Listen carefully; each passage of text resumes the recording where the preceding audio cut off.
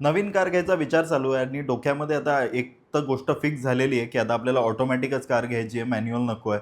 तर आता ऑटोमॅटिक गाडी घ्यायला गेल्यानंतर सुद्धा खूप सारं कन्फ्युजन डोक्यामध्ये क्रिएट होणार आहे.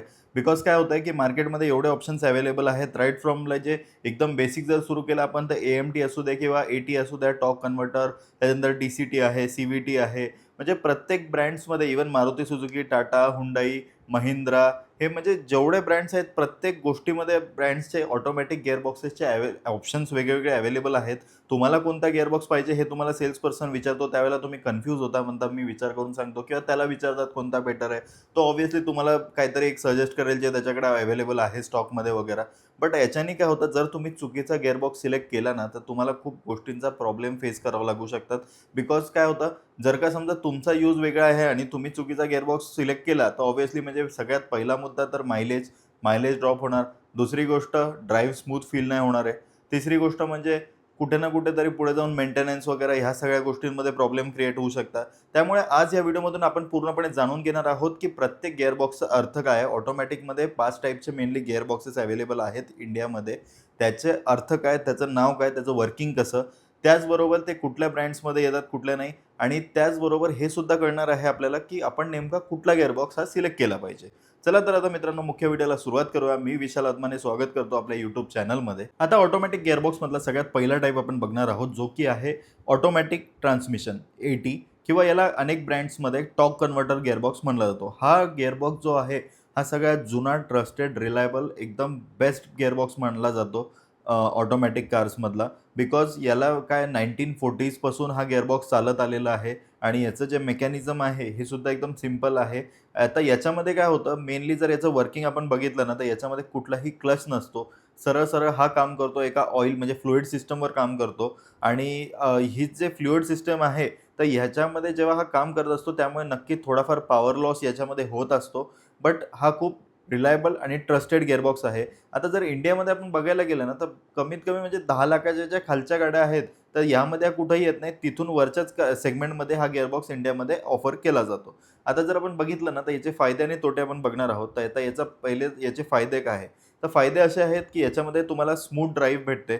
दुसरी गोष्ट, की हेवी ट्रॅफिकमध्ये हा म्हणजे प्रॉपरली लवकर गिअर शिफ्ट करून एकदम प्रॉपर रिलायबल तुम्हाला ड्राईव्ह इथे भेटते. आणि कसलंही टेन्शन किंवा कुठल्याही लाँग लाईफमध्ये तुम्हाला याच्यामध्ये काळजी करायचं कारण नाही, कारण की हा ऑब्व्हियसली एक रिलायबल गिअरबॉक्स आहे.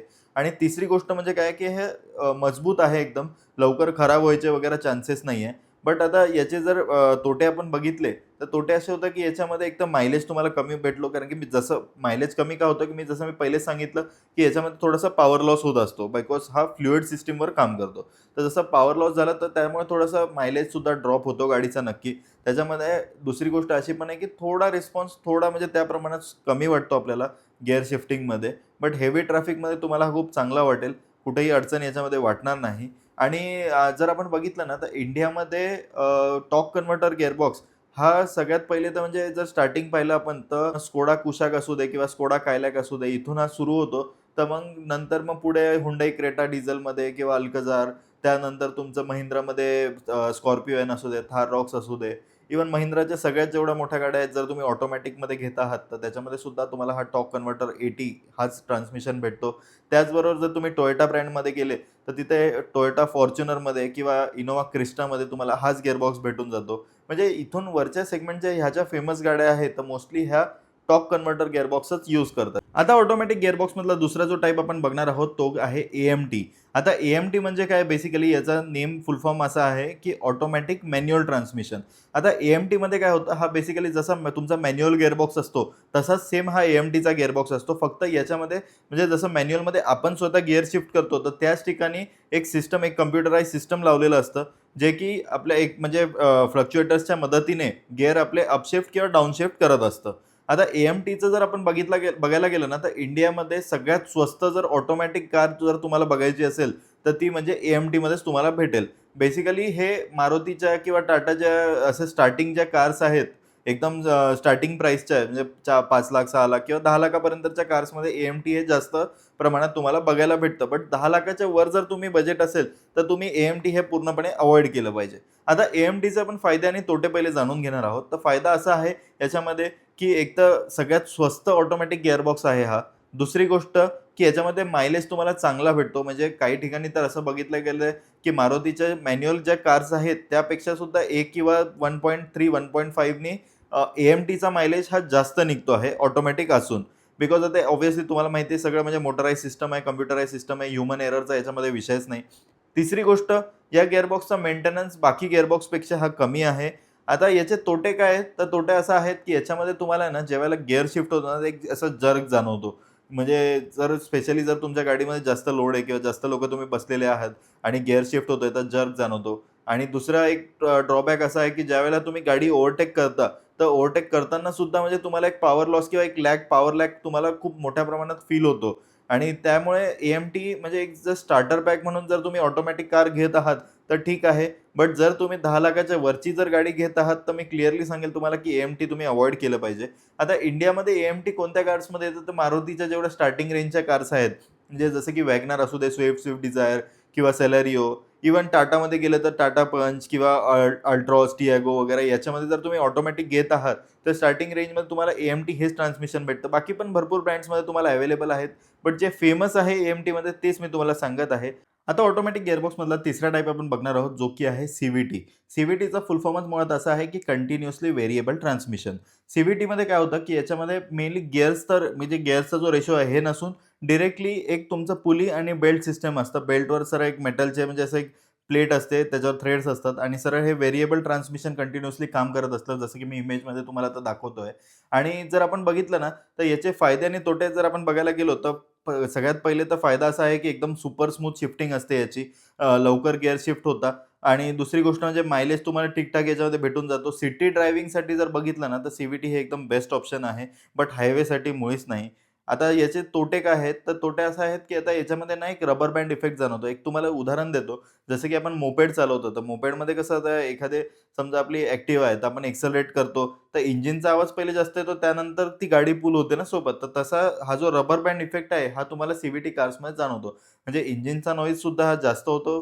गिअर शिफ्टिंगमध्ये थोडासा म्हणजे एक तुम्हाला असं रेस गाडी जास्त झाल्यासारखं जाणवतं आणि दुसरी गोष्ट म्हणजे पिकअप तुम्हाला कमी वाटणार याच्यामध्ये, या रबर बँड इफेक्टमुळे, की पिकअप स्लो वाटतो तुम्हाला. इंजिनचा आवाज तर जास्त येतोय, बट तेवढ्या प्रमाणात तुम्हाला सडन पिकअप भेटत नाही. आता आजकाल खूप CVT गिअरबॉक्सेस सुद्धा अपग्रेड झाले आहे. याच्यामध्ये सुद्धा तुम्हाला गिअरबॉक्स रेशोज वगैरे येतात आणि जर आपण बघायला गेलं तर फेमस कार ज्या CVTमध्ये आहेत, तर त्या स्पेशली Hondaच्या आहेत. जसं की Honda सिटी आहे किंवा मग Honda एलिव्हेट आहे. इव्हन Kiaमध्ये सुद्धा तुम्हाला Seltosमध्ये सुद्धा CVT ऑप्शन अवेलेबल आहे. बट मी एक सांगेल, तुम्ही जर का समजा सिटी ड्रायव्हिंग तुमची मॅक्सिमम असेल, तरच तुम्ही CVTचा विचार करा. अदरवाईज तुम्ही बेटर वे, जर तुम्ही ह्या अप्पर सेगमेंटच्या कार्समध्ये चालला आहेत, तर तुम्ही ऑब्व्हियसली 80 टॉर्क कन्व्हर्टर जो गिअरबॉक्स आहे, तोच सिलेक्ट करा. आता चौथा गिअरबॉक्सचा टाइप आपण बघणार आहोत, जो की आहे DCT. याला DCTचा फुल फॉर्म जो आहे ना, तो म्हणजे ड्युअल क्लच ट्रान्समिशन. याला काही ब्रँड्समध्ये DSG ट्रान्समिशन सुद्धा म्हटलं जातं. बेसिकली DCTचा फुल फॉर्म जो आपण बघितला, ड्युअल क्लच ट्रान्समिशन, तर याचा अर्थच हा आहे की याच्यामध्ये 2 क्लच यूज केलेले असतात आणि एक क्लच जो आहे तो ऑड गिअरसाठी आणि दुसरा क्लच जो आहे हा इव्हन गिअरसाठी. आता जर आपण बघायला गेलो ना, तर परफॉर्मन्स वाईज हा हा गिअरबॉक्स सगळ्यात म्हणजे किंग आहे परफॉर्मन्स कारचा. आता हा गिअरबॉक्समध्ये आता फायदे आणि तोटेचा जर आपण विचार केला, तर फायदा ऑब्व्हियसली तुम्हाला माहिती आहे की एकदम लाइटनिंग फास्ट गिअर शिफ्ट होतो. याच्यामध्ये लवकर गिअर शिफ्ट होता. म्हणजे तुमचा एक गिअर शिफ्ट झाला नाही की लगेच तुमचा दुसरा गिअर शिफ्ट पहिलेच त्या तयारीत असतो. इव्हन डाउन शिफ्ट जरी होणार असेल गाडीत, तर लगेच ते सुद्धा तयारीत इमिजिएटली असते आणि इमिजिएटली डाउन शिफ्ट किंवा अपशिफ्ट या ठिकाणी होत असतो. आता याच्यामध्ये अजून एक असा फायदा होतो की एकदम सगळ्यात बेस्ट परफॉर्मन्स तुम्हाला भेटतो. हायवेला चालवायला खूप मजा येते या गिअरबॉक्सला. म्हणजे एकदम जर तुम्ही गाडी पळवता वगैरे फुल स्पीडमध्ये, तर हा गिअरबॉक्स तुम्हाला खूप मजा देईल ऑटोमॅटिकमध्ये. बट आता याचे तोटे काय? तर ट्रॅफिकमध्ये हा गिअरबॉक्स लवकर हिट होतो. म्हणजे कारण की डबल क्लच याच्यामध्ये आहे. एकच क्लच असणारे जे ऑटोमॅटिक गिअरबॉक्स आहेत, ते सुद्धा नॉर्मली हिट होतं. बट याच्यामध्ये डबल क्लच दिलेला आहे. सो याच्यामध्ये याचा जो हिटिंग रेशो आहे, हा जास्त आहे. दुसरी गोष्ट, याचा जो मेंटेनन्स आहे, हा सुद्धा थोडा कॉस्टली जाऊ शकतो. आता याच्यामध्ये जर आपण बघितलं ना, Volkswagenमध्ये हा जास्त प्रमाणात चालतो. जसं की Volkswagen आणि Skodaमध्ये जी आय थिंक स्लाविया आहे Skodaची, Volkswagenची Virtus आहे किंवा त्याचबरोबर अनेक दुसऱ्या गाड्या ज्या आहेत, Hyundaiची सुद्धा क्रेटा जी आहे टर्बोमध्ये, ती सुद्धा DCT गिअरबॉक्स यूज करते. तर ह्या थोड्या लाइक परफॉर्मन्स ओरिएंटेड कार्स ज्या आहेत, तर याच्यामध्ये तुम्हाला DCT, DSG गिअरबॉक्स हे योग्य वाटू शकतात. हायवे ड्राईव्ह, परफॉर्मन्स, म्हणजे गिअर शिफ्ट लवकर होण्यासाठी तुम्ही DCT किंवा DSGचा विचार तुम्ही नक्की करू शकता. आता पुढचा जो गिअरबॉक्सचा टाईप आहे तो म्हणजे आहे IMT. आता IMT म्हणजे काय होतं, की स्पेशली म्हणजे ना हा एक प्रकारे मॅन्युअल गिअरबॉक्सच आहे. बट इंटेलिजंट मॅन्युअल ट्रान्समिशन याला याच्यामुळे म्हटलं जातं बिकॉज याच्यामध्ये तुम्हाला मॅन्युअली तर गिअर शिफ्ट करायचेच आहे, बट याच्यामध्ये तुम्हाला क्लच नसतो. म्हणजे तो परत जो आपण ज्या गोष्टीसाठी आपण ऑटोमॅटिक कार घेतोय, की तुम्हाला कंटिन्युअसली लेफ्ट पायाने तुम्हाला क्लच दाबायचा आहे, ती झंझट याच्यामध्ये पूर्णपणे निघून जाते. एक क्लचलेस मॅन्युअल ट्रान्समिशन याला म्हणलं जातं. आता याच्यामध्ये काय होतं, क्लच पेडल नाही आहे, बट गिअर बदलता येतात. सो त्याच्यामुळे हा गिअरबॉक्स म्हणजे फायदे जर आपण बघितले, तर मायलेजला सुद्धा चांगला आहे आणि ज्यांना मॅन्युअल गाडी चालवायची आवड आहे, बट आता पाय म्हणजे क्लच नको आहे पायामध्ये, तर ते नक्की IMTचा विचार करू शकता. बेसिकली म्हणजे आणि याचं जर आपण एक बघितलं ना, तर तोटे असे आहे, की एक तर हा फुल्ली ऑटोमॅटिक नाही आहे. दुसरी गोष्ट म्हणजे ट्रॅफिकमध्ये शिफ्टिंगला थोडासा एक टाईम लागतो. ऑब्व्हियसली तुम्हालाच गिअर शिफ्ट करणं आहे. बट हा त्यांच्यासाठी नक्की फायद्याचा आहे, की ज्यांना ऑटोमॅटिक गाडी म्हणजे नको आहे, मॅन्युअलच पाहिजे, बट क्लच पण पायात नको आहे. त्यांच्यासाठी IMT गिअरबॉक्स हा बेस्ट आहे. आणि जर तुम्ही IMT गाडीचा जर विचार करत असाल, तर Hyundaiमध्ये आणि Kiaमध्ये हा बेस्ट IMT ऑफर केला जातो. आता मी तुम्हाला एक फायनल वर्डिक्ट सांगतो. सगळ्यात मेनली तर जर तुम्हाला कम्फर्ट हवा असेल, तर तुम्ही टॉर्क कन्व्हर्टर घ्या. दुसरी गोष्ट जर तुमचं बजेट कमी असेल, तर नक्की AMT म्हणजे 10 लाखाच्या खाली समजा 7-8 लाख किंवा 9 लाखापर्यंत जर जर तुम्ही कार कन्सिडर करता आहात ऑटोमॅटिकमध्ये, तर नक्की AMT. जर तुम्ही सिटीमध्ये जास्त गाडी चालवतात आणि सिटीमध्ये तुमचा रन जास्त असेल, तर नक्की CVT. आणि जर तुम्ही परफॉर्मन्स जर तुम्हाला जास्त पाहिजे असेल म्हणजे हायवे ड्राईव्ह किंवा जास्त तुम्हाला गाडी पळवण्याची वगैरे सवय आहे, तर नक्की निश्चितपणे तुम्ही DCTकडे जाऊ शकता. आणि जर तुम्हाला म्हणजे जर मॅन्युअलचाच फील पाहिजे, की मला मॅन्युअलीच गाडी चालवायची बट मला पायामध्ये क्लच नको, तर त्यावेळेला नक्की IMT. आता हे होतं आपलं फायनल वर्डिक्ट. तुम्हाला हा व्हिडिओ कसा वाटला हे मला कमेंट्समध्ये नक्की कळवा. तुमचे आणखीन काही प्रश्न असतील ऑटोमॅटिक गिअरबॉक्स विषयी किंवा गाडीच्या कुठल्याही गोष्टीविषयी, हे मला आपण कमेंट्समध्ये विचारू शकता आणि तुमचा सपोर्ट हा मला अत्यंत गरजेचा आहे. त्यामुळे चॅनलला नक्की सबस्क्राईब करा, लाईक करा, तुमच्या प्रतिक्रिया कळवा, बेल नोटिफिकेशन सुद्धा नक्की क्लिक करा. अजून आपल्या चॅनलवर भरपूर व्हिडिओज येणार आहेत. आणि व्हिडिओमध्ये जर काही चुकलं असेल किंवा सांगताना काही जर गडबड झाली असेल, तर त्यासाठी माफ करा. आपलं चॅनल नवीन आहे. पण होईल तेवढी मी माहिती आपल्याला मराठी सिंपल भाषेत द्यायचा प्रयत्न करतोय. धन्यवाद. व्हिडिओ पूर्ण बघितल्याबद्दल आपले खूप खूप आभार.